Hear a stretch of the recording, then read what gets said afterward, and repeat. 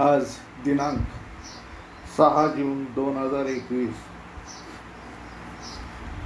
BCom भाग 1 micro economics सूक्ष्म अर्थशास्त्र किंवा अंशलक्षी अर्थशास्त्र किंवा सूक्ष्मलक्षी अर्थशास्त्र आपण यापूर्वी पूर्ण स्पर्धा म्हणजे हे काय पाहिलं. तसेच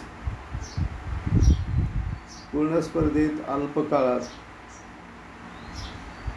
उद्योग संस्था आपला समतोल कसा साधते हे पण आपण पाहिलं. त्यानंतर आपण कालच्या व्याख्यानात हे पाहिलं की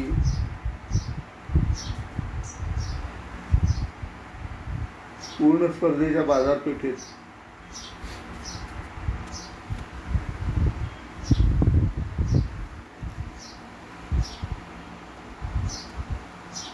उद्योग संस्था दीर्घकाळात आपला उत्पादनाचा समतोल कसा साधते किंवा किंमत निश्चिती दीर्घकाळात उद्योग संस्था कशी करते हे आपण पाहिलं. आता यानंतर आपण आधी चर्चा केली होती की पूर्ण स्पर्धेमध्ये उद्योग संस्था किंमत निश्चिती करत असताना पुन्हा त्यानंतरची संकल्पना म्हणजे consumer surplus in perfect competition, ग्राहकाचे संतोषाधिक्य किंवा उपभोक्त्याचे संतोषाधिक्य पूर्ण स्पर्धेत आकृतीच्या साहाय्याने कसे दाखवले जाते. आपण यापूर्वी पण पाहिलेलं आहे आणि आत्ताही आपण यावर चर्चा करणार आहोत की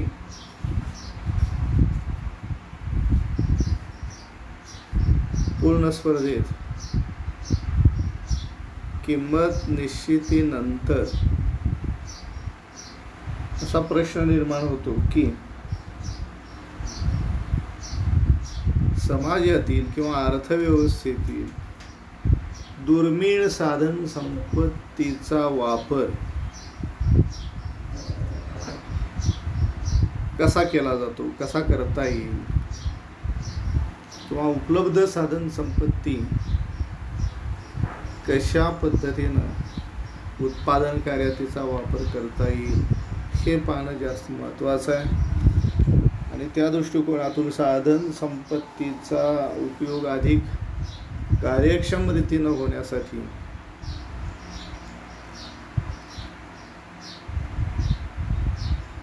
कार्यक्षमतेचा चांगल्या रीतीनं उपयोग होण्यासाठी पूर्ण स्पर्धेच्या बाजारात आर्थिक कार्यक्षमता साध्य करण्यासाठी पॅरोटे यांनी सांगितलेली आर्थिक कार्यक्षमता साध्य करण्यासाठी ग्राहकाचे संतोषाधिक्य आणि उत्पादकाचे आधिक्य या संकल्पनेचा उपयोग करता येईल.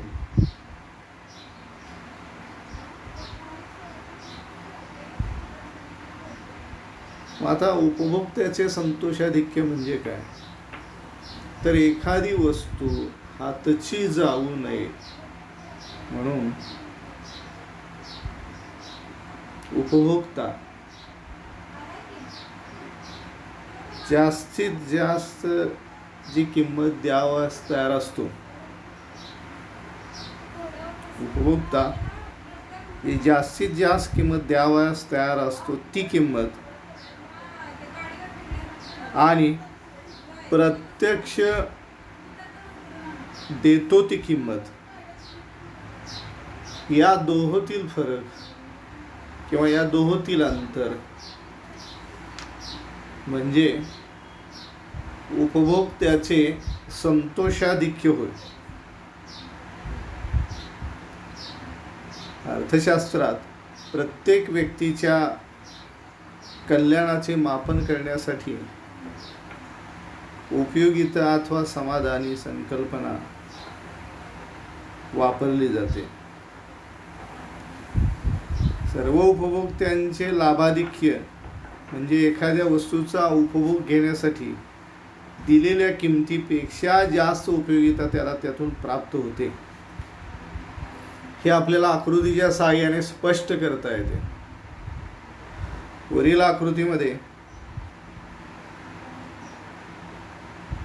क्ष अक्षावर उत्पादन मोजले आहे आणि या अक्षावर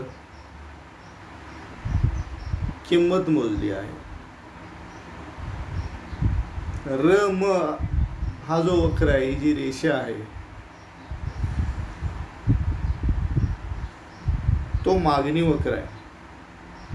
पूर्ण स्पर्धेच्या बाजारात मागणी वक्राच्या मदतीने मागणी पुरवठ्याच्या संघर्षातून अन एवढं उत्पादन किंवा पुरवठा आणि न ग एवढी मागणी, या मागणी पुरवठ्याच्या संघर्षातून वस्तूची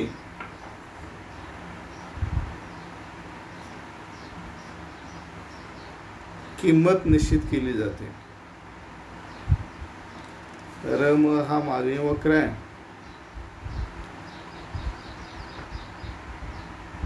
आणि त्या वस्तूला दिलेली जी किंमत आहे, ती किंमत या अक्षरावर दाखवलेली आहे. अक एवढी किंमत आहे. अम एवढ्या उत्पादनासाठी बाजारपेठेत उत्पादक अक एवढी किंमत आकारतो. पण प्रत्यक्षात त्यांना देऊ केलेली किंमत जी आहे ती अ र ग न या बिंदूंनी दाखवलेली आहे. उपभोक्ता त्या वस्तूसाठी अन या उत्पादनासाठी प्रत्यक्षात क पेक्षा जादा किंमत द्यावयास तयार आहे आणि ती किंमत य या अक्षावर दाखवलेली आहे.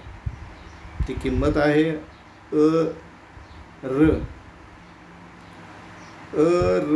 ग न एवढी किंमत तो द्यायला तयार आहे. प्रत्यक्षात मात्र देतो किंमत तो अक ग न एवढी देतो किंवा अक एवढी देतो. द्यावास तयार आहे अर एवढी. ते अक पेक्षा जास्त किंमत तो प्रत्यक्षात द्यायला तयार आहे, पण प्रत्यक्षात देतो मात्र अक एवढी किंमत.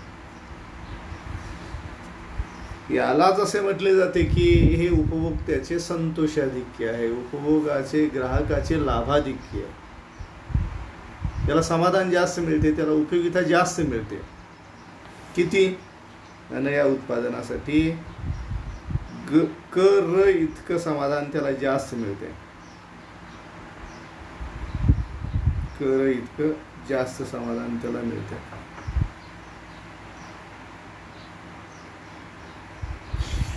र ग क त्रिकोण र ग क छोट्या छोट्या बिंदूंनी दाखवलेला हा भाग आहे त्रिकोण र ग क. बिंदूंनी दाखवलेला जो भाग आहे त्रिकोण र ग क हे उपभोक्त्याचे संतोषाधिक्य आहे, जे आकृतीमध्ये दाखवलेल्या एका बाणाने उपभोक्त्याचे संतोषाधिक्य त्याला असं म्हणतात. उपभोक्ता देतो ती किंमत आणि द्यावयास तयार असलेली किंमत यात अंतर आहे. या कृतीमध्ये उपभोक्ता प्रत्यक्षात कमी किंमत देतो आणि त्याला द्यावयास तयार असलेली किंमत मात्र ज्यादा आहे. ते तेवढेच त्याला ते ज्यादा संतोषाधिक्य उपभोक्त्याला मिळते. यावरून हे स्पष्ट होते की पूर्ण स्पर्धेत ग्राहकांना किंवा उपभोक्त्यांना संतोषाधिक्य हे मिळेल अशा पद्धतीने उत्पादन प्रक्रिया झाली पाहिजे आणि किंमत निश्चिती झाली पाहिजे.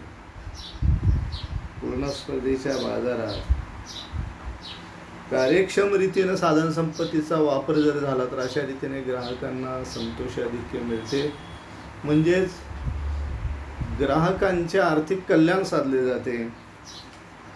ते कल्याणाला महत्त्व आहे.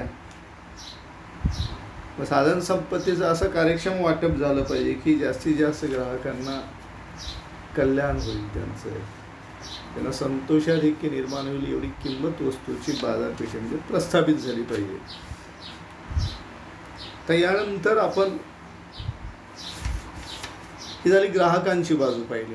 आता यानंतरची बाजू आहे ती म्हणजे उत्पादकाचे आधिक्य, सरप्लस ऑफ प्रोड्युसर. हे आपण पाहिलं कंझ्युमर सरप्लस, आता आपण पाहणार आहोत प्रोड्युसर सरप्लस. उत्पादकाला सुद्धा बाजारपेठेमध्ये आधिक्य प्राप्त होते. म्हणजे आपण उत्पादन केलेल्या वस्तूंची विक्री एका किमान अपेक्षित किमतीपेक्षा जास्त किमतीला जेव्हा होते तेव्हा ते उत्पादकाचे आधिक्य असते. खरेदी विक्रीमध्ये उत्पादक हा ज्या किमतीला वस्तूचा पुरवठा करण्याला इच्छुक असतो आणि प्रत्यक्षात त्याच्या उत्पादन केलेल्या वस्तूंना जी किंमत मिळते यातील फरक म्हणजे उत्पादकांचे आधिक्य होय.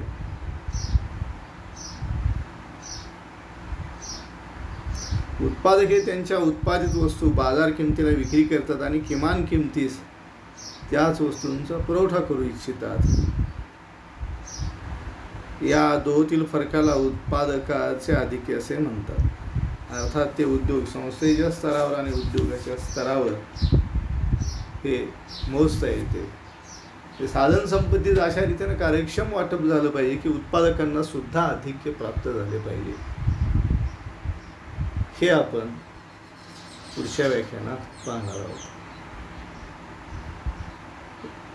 आज दिनांक 6 जून हा सगळ्या महाराष्ट्र राज्य सरकारने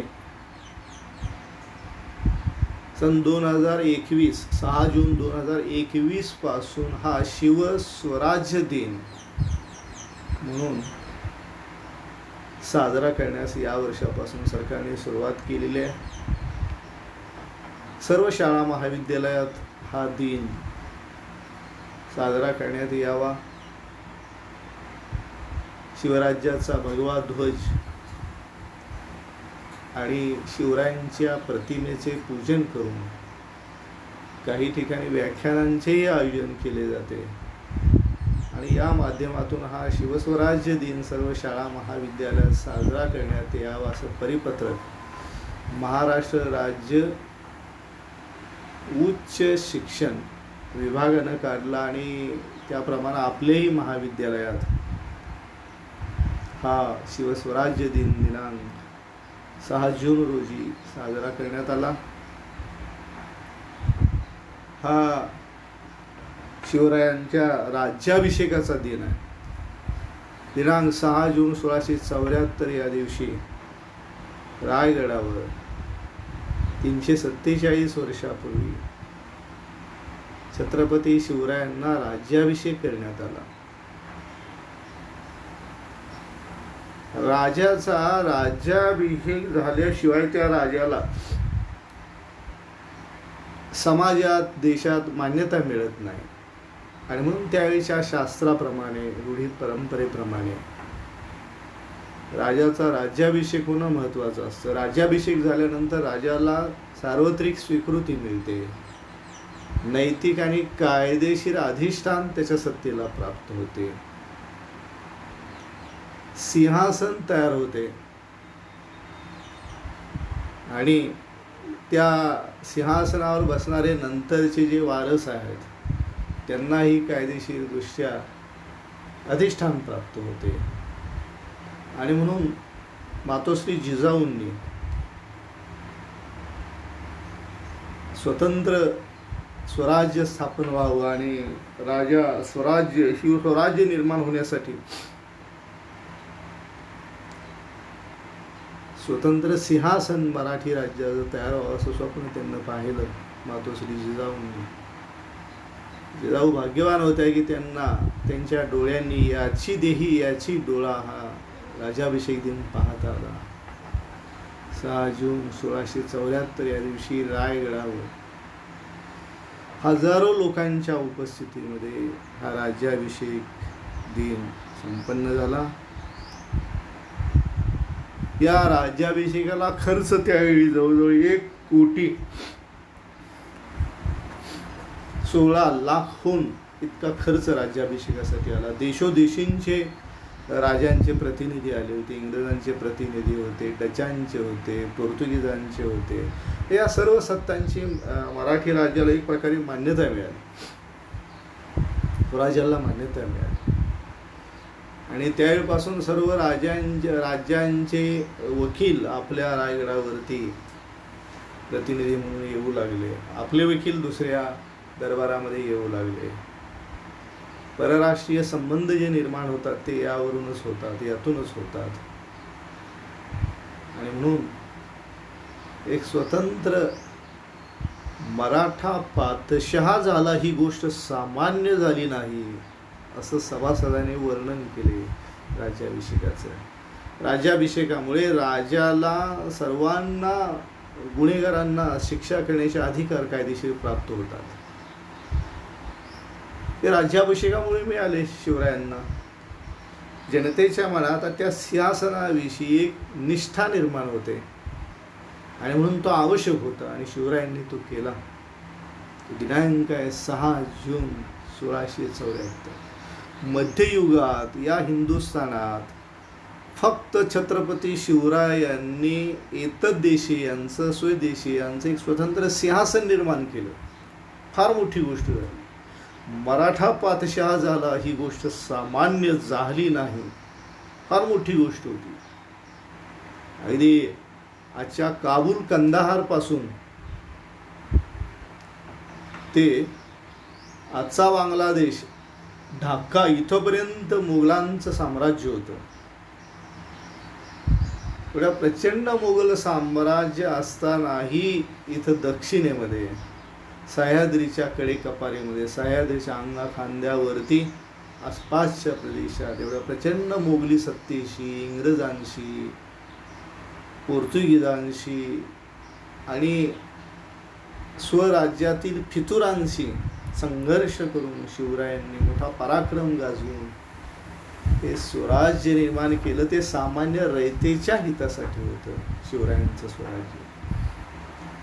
काय ऐशोआराम करण्यासाठी नाही वंशजांना, रयतेच्या कल्याणासाठी शिवरायांनी आणि शिवरायांच्या पुढच्या वंशजांनी या स्वराज्याचं प्रसंगी बलिदान देऊन रक्षण केलं. शिवपुत्र छत्रपती शंभूराजे यांनी या स्वराज्य रक्षणासाठी आतोनात पराक्रम केला आणि प्रसंगी त्यांनी आपल्या प्राणांचंही बलिदान दिलं आणि स्वराज्याचं रक्षण केलं. आणि त्यांच्या बलिदानातनं प्रेरणा घेऊन हजारो लाखो मराठी माणसांनी या पुढच्या काळात पराक्रम गाजवला आणि काबूल कंदाहार पासून ते ढाक्यापर्यंत मराठ्यांचं साम्राज्य नंतरच्या काळात निर्माण झालं. शिवरायांचे नातू आणि शंभूराजांचे पुत्र शाहू महाराज यांच्या काळात अटकेपासून ते ढाक्यापर्यंत मराठ्यांचं साम्राज्य निर्माण झालं. म्हणून हा शिवराज्याभिषेक दिन महत्त्वाचा आहे.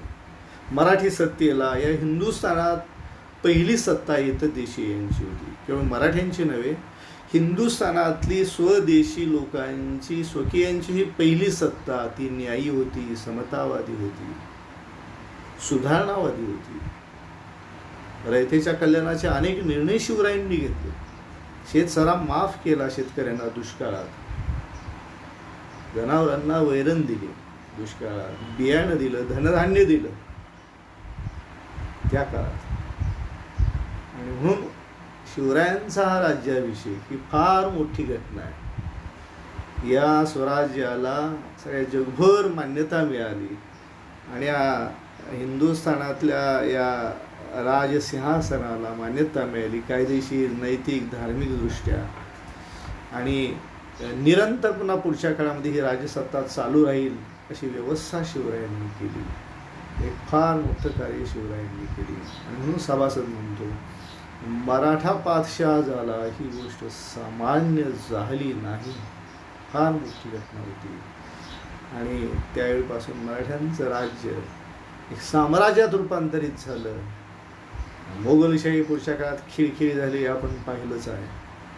आणि म्हणून अशा भूतलावरील सार्वकालीन महान राजांपैकी एक असलेले छत्रपती शिवराय, त्यांचा हा राज्याभिषेक दिन दरवर्षी आपल्या राज्यामध्ये शिवराज्याभिषेक दिन म्हणून साजरा केला जातोच. पण या वर्षापासून शिवस्वराज्य दिन महाराष्ट्र शासन अधिकृत रीतीने ते साजरं करते. ही गोष्ट खूप आनंदाची आहे, आपल्यासाठी समाधानाची गोष्ट आहे. आपण महाराष्ट्र शासनाला त्याबद्दल आपण सर्वजण धन्यवाद देऊयात. आणि हा 348वा शिवराज्याभिषेक हा शिवस्वराज्य दिन म्हणून साजरा होतोय.